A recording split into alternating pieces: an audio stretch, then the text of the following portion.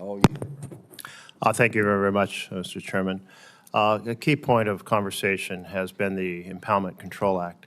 And back when Nixon decided to start impounding funds, two things happened. One is there were appeals to the courts, which eventually made it to the Supreme Court. And the Supreme Court reinforced that, you know, in a separation of powers embodied in our Constitution, Congress makes the law, the executive has to follow the law. And that means to spend the money in the way that Congress has laid out. The second thing is that Congress said, but you know what? We should create a fast track for a president to undo or propose undoing spending that the president considers inappropriate, called a rescission. That rescission power was used in the early years after the 1974 Budget and Impoundment Control Act, but not used much since. And you have a law degree. You practice law, correct? That's correct. You have a fundamental education in the understanding of the U.S. Constitution, do you not? I do. Do you understand the importance of law being applied as written? Certainly.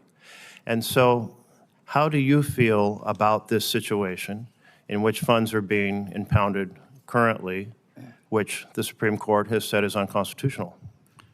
Senator, President Trump ran on impoundment. I've heard Director Vogt in his hearings speak about impoundment. I've studied the issue, but I am seeking to be confirmed to a position that is not a lawyer position. I won't be making the legal determinations for OMB or for the administration in terms of the legal positions that it decides to take.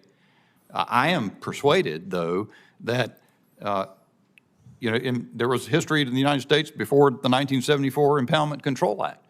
Former Senator Harry Truman, as President of the United States, impounded funds to prevent the funding of a squadron of strategic aircraft. Ulysses S. Grant exercised impoundment power. Thomas Jefferson exercised impoundment power.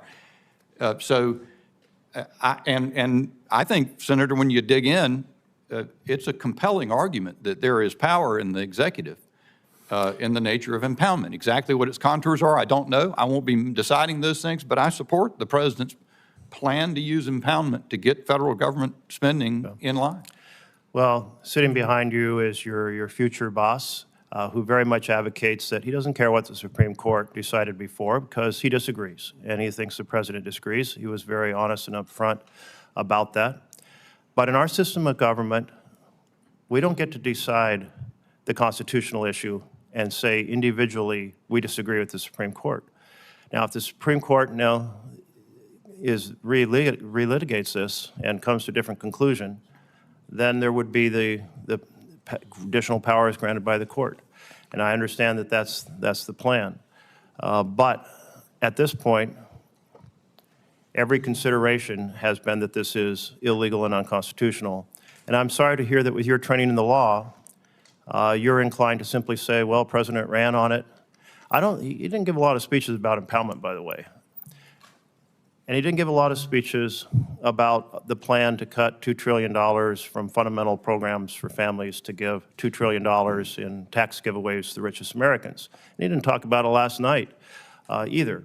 But when there's a fundamental question of law, and you as a trained lawyer say, well, I'll just follow whatever the president says, that concerns me.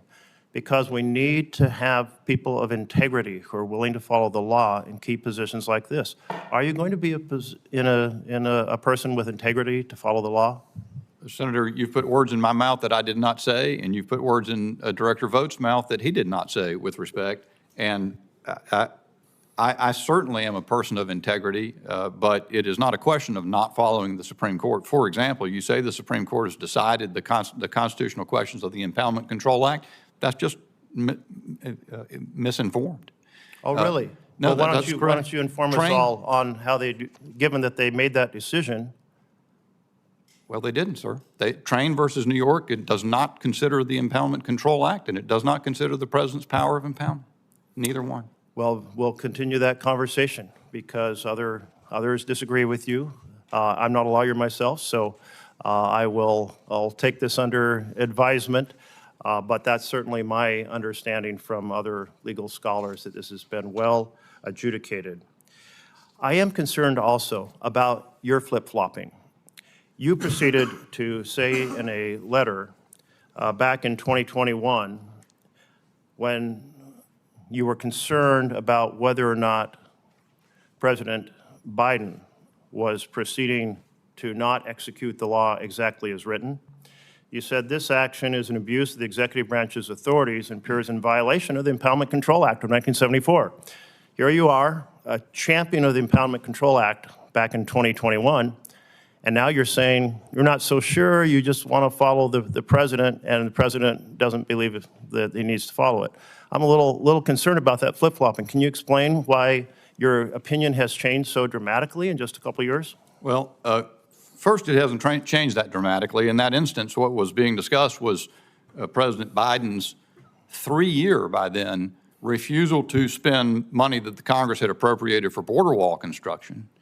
GSA had earlier said at an earlier point that his suspending funding for a programmatic review was not in violation of the Impoundment Control Act, by the way. And so it's something that had continued almost in the entire administration at that point in time. And furthermore, as I said, Senator, I've spent time studying Train versus New York that you made reference to. I've spent time studying the history of impoundment, the presidents who've used it, the circumstances, and I'm disinclined to believe that the Congress could fundamentally alter the balance of authority between the executive and the Congress when they decided to pass a statute in 1974. My time is up, but I'll just say you were very firm in attacking President Biden for impoundment. Now you're very firm in granting license to impoundment. That seems like a massive flip-flop to me.